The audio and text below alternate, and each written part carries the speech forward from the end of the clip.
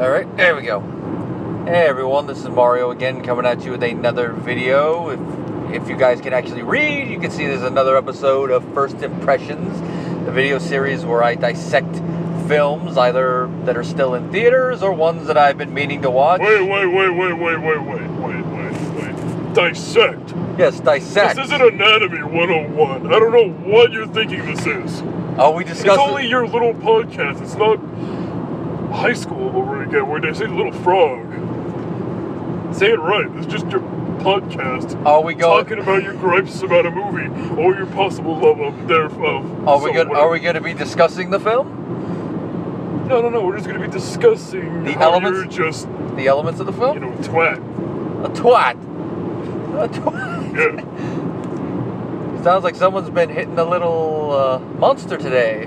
I will drive this car off the nearest cliff. I swear I will. You know that would kill you too, right? It's worth it. Anyway, if that hasn't given you any indication yet, this one I'm joined by my good friend and on-again, off-again co-host, Mr. Jeff Angdahl. He's taking me by my will. Send help, please. Whoever you call. The myth, the legend. He is holding a gun to my head. You're gonna be stone dead in just a moment. He will kill my dog. You don't have a dog. John Wick had one. Yeah, that's true. This dog still lives. Whatever. I know that might be a minor spoiler for some people. Just go through your entire spiel or whatever. You interrupted this. It's not even a spoiler. They even said in an interview, no, the dog doesn't die in this one. No animals were harmed during the making of this movie or during the course of this movie. Anyway, go through your spiel. Anyway, if that hasn't given it away, the film we're going to be talking about is John Wick 2, the second chapter. The continuation of the film from 2014. Once again starring Keanu Reeves. Excellent! Anyway, the film picks up a little bit after the first film. Doesn't really give a clear indication of how long, but based on how much older the dog looks, I'd say at least 2 to 3 months, give or take. John is finishing up some business with the brother of the mobsters who he wiped out in the first film, which it's been a while since I've seen the first film, Jeff, but did they give any indication that mobster had any siblings in the first film? I've only seen the movie once. Yeah, I don't think they did, but to me, the films have no rewatchability. They're just really fun to watch in theaters. Well, you need to rewatch it. I watched it a couple times. It's just been ages. Then you definitely should know the answer to the question instead of me. It's just been a while since I've seen it. I don't remember if they did or not.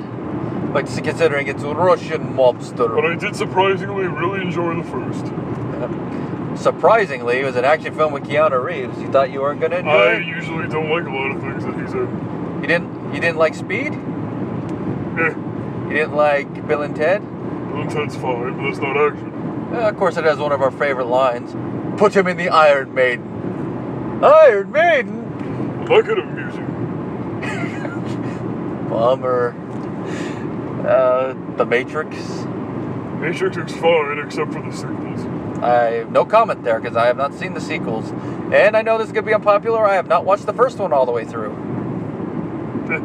Isn't this supposed to be the part where you, screech to a screeching halt while we're driving? I mean, it's not worth me being like, oh my god, you didn't see the Matrix? It's such an important movie. Oh, I saw the first third of it, but then I walked out once he walked... not walked out, I say that like I saw it in theaters. Grandmother watching it on VHS. I walked out and okay, I'm not understanding a goddamn thing in this movie. How old were you when you saw it? It came out when I was 10. I don't know. I guess I wasn't following it. So there you go. That's why you're not going to get it. But it's funny. I watched Total Recall all the way through, and that film has a lot of cerebral stuff. But then again, it is arduous and explosions and 3 nipples. But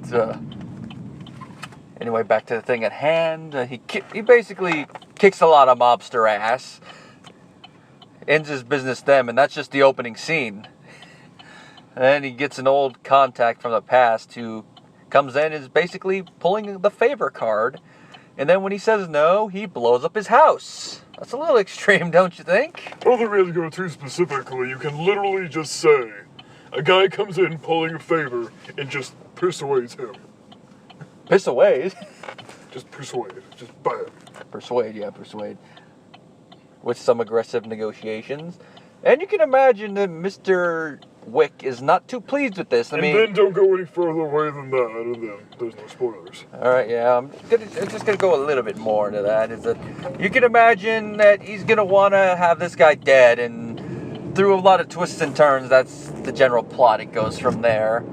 And all I'm going to say about the ending is that it is a little bit more sequel-baity than the first movie was, because the first movie's ending is kind of self-contained, but if they want to do a sequel, they can. I wasn't even expecting a sequel in the first place. Yeah. But this one, they're obviously pushing for. Well, even before the movie came out, they said, yeah, there's going to be a third one. Yeah. Because with the first one, they said that if it was successful, they'd do sequels, but they wanted it to be self-contained. I guess you could say it's kind of like the first Star Wars movie, to where they wanted... What are they planning on making? What? John Wick? At least... Don't make too many, because if it's around too long, you start to resent it. I think they're only going to do 3. Because after where the plot's going to go with the ending of this one, where do they go with it? There's not really much more you can go after that. Except for maybe John Wick 4 in space. Because it was John Wick 2 Electric Boogaloo. Now you'll have John Wick 4 back for more. And John Wick 5 is going to be John Wick versus the Predator. And then when they do Expendables again, they might as well have Keanu Reeves in it. Yeah. I could see that. He could be the gun expert. They're all essentially gun experts. No, I mean the guy who when they're going to get their weapons, he's like handing them their weapons and going over the technical things of all of them. Or he's like one of their martial arts instructors or something. Something weird like that. But the action scenes were filmed competently, but considering it's directed by, I think it's the same director from the first film, and that one was one of Keanu Reeves' stunt doubles, I believe. So the action is going to have a competent eye. Keanu does most of his own stunts. Yep.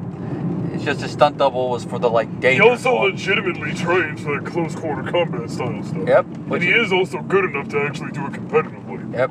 Which the action scenes that he's in are very fluid, and near the end, a Game of Thrones line came to mind to describe how his movements are, they're automatic. You can tell there's a lot of muscle memory involved.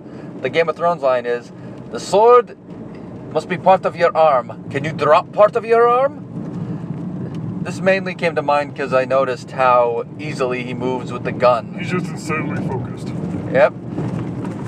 Now, of course, he does drop his weapons a lot, but it's intentional. It's not like, whoops. At least he actually runs out of ammo in, old action films. Yeah, but that was part of the appeal of the old ones. But with this one, there was a couple times where I'm like, okay, I don't know if they did a quick cut before he showed him reloading, but he probably should have reloaded a little bit sooner there. But at least with the gun that he gets, that they hint at in the trailer, give this man a gun.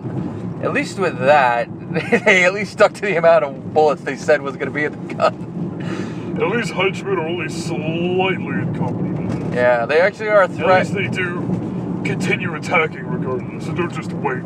Yep.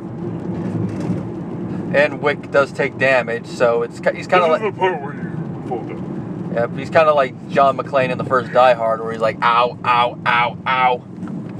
And throughout the movie, especially the third act, he's limping a little bit, and then he gets I forget, did he get shot or did he get stabbed? I think he got shot. Right? He got a shot in the abdomen. Yep. And then that knife fight. Yeah, that was fun. I did like how they put the subtitles up in this film for the most part. I mean, we have at the beginning we have the traditional subtitles, but then later on it's the flashy subtitles. That was a nice little touch. The lighting in a lot of the scenes I thought was pretty good. One that stands out is in the scenes of the catacombs. There's that one moment where the lighting on the set in the closer to the camera is kind of has a greenish bluish tint to it. At least I prefer John Wick over Jack Reacher. Jack Reacher, all you gotta know is he's just some guy. You can pwn anybody, nobody can touch him. Yeah. At least people can touch John Wick back, but he's still probably gonna kill you. Yeah, it's just you have For Jack Reacher, it's just he's gonna run right through you. No one can do anything.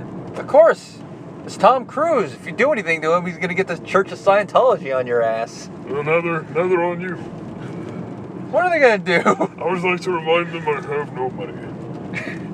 Yeah. Yeah, in the words of Stallone, sue me for what? What are you gonna do, have E.T. punch me? Oh no, it's the Predator. Oh fuck. And cinematography. The music I thought was pretty decent for the film. Definitely a very action-y score. Wouldn't you agree? It's nothing memorable. It's not as memorable as the scores for Predator, First Blood, or any of those other classic 80s action movies, but it fit the tempo of it. The only music that I wasn't really the biggest fan of is the band they had play live in that one scene. Though it was funny that at first they didn't make it seem like Wick's shooting was part of the act.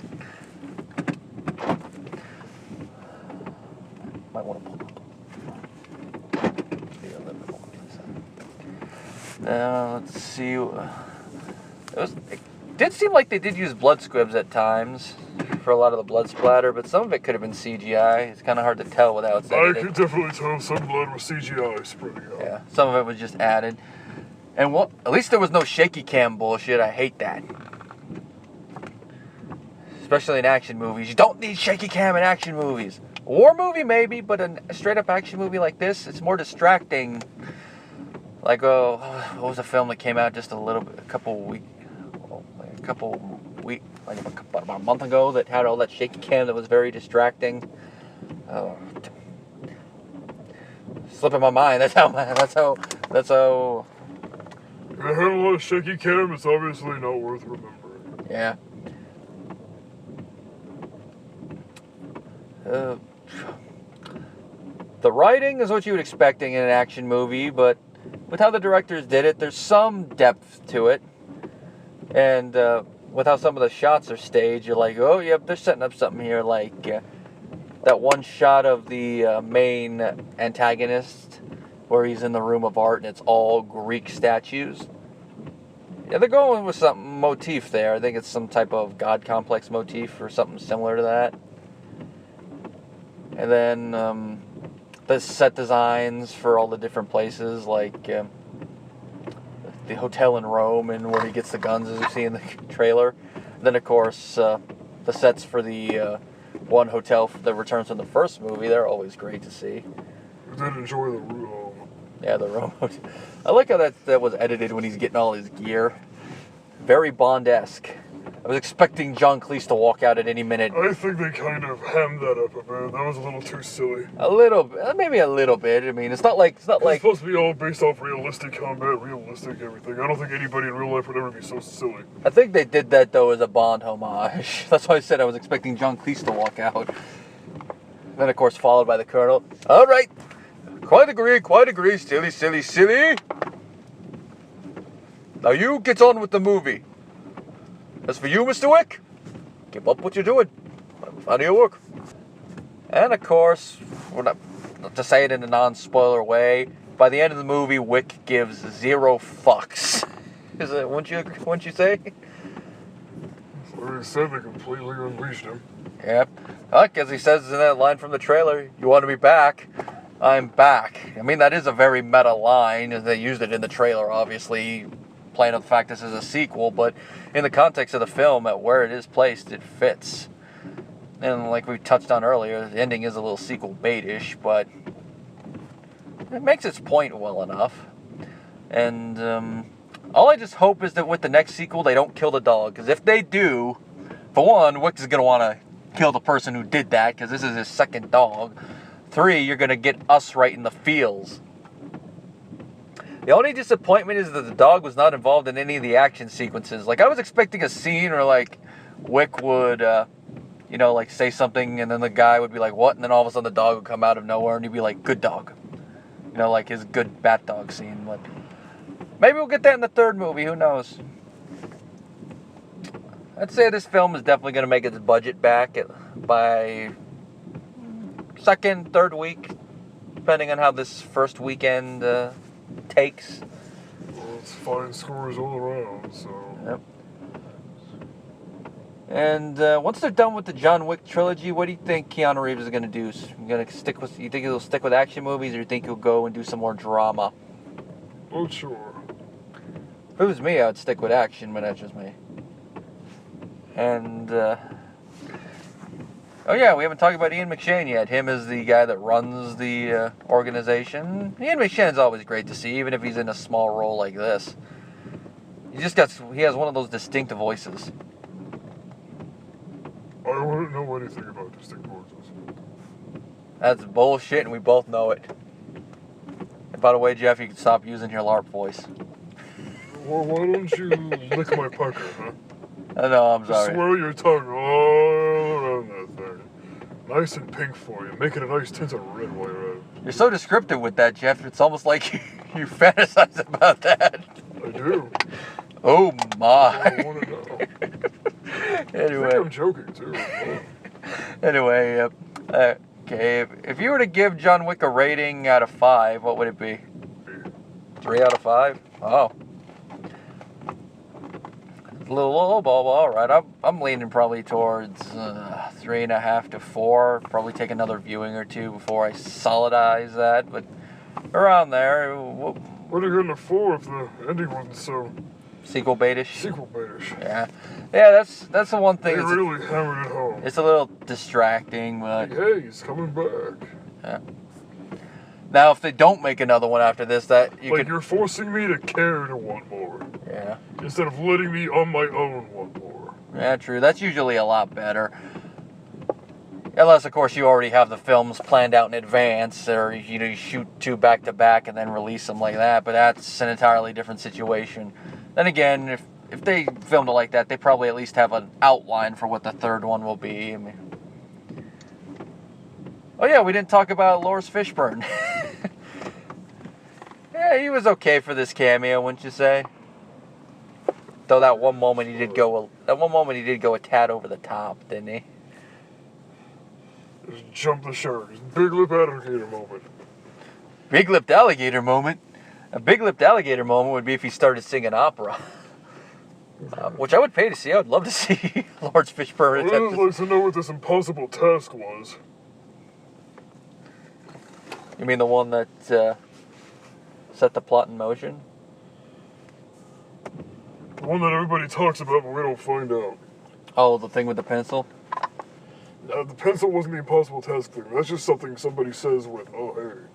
Which, by the way, we do get to see him use a pencil in this one. And I feel like that was a little driving it home, too. Let's just have him do all this silly shit. But as LJ said, you want to see a magic trick? I will make this man's life disappear. And then, of course, the sumo guy. The sumo guy was a tad gimmicky, but I guess if you're going to have assassins from all over the world, you're going to have an Asian one. But anyway, I think that's about it. I think we touched on everything major that goes without going into spoiler territory. Just go see the movie. Yeah, to paraphrase. Literally, go see the movie based on the opinions of 2 guys in a car while it's raining out. Because our opinions completely matter. I'd say they matter a tad more than Trump's, but that's just me being a little arrogant. Whatever.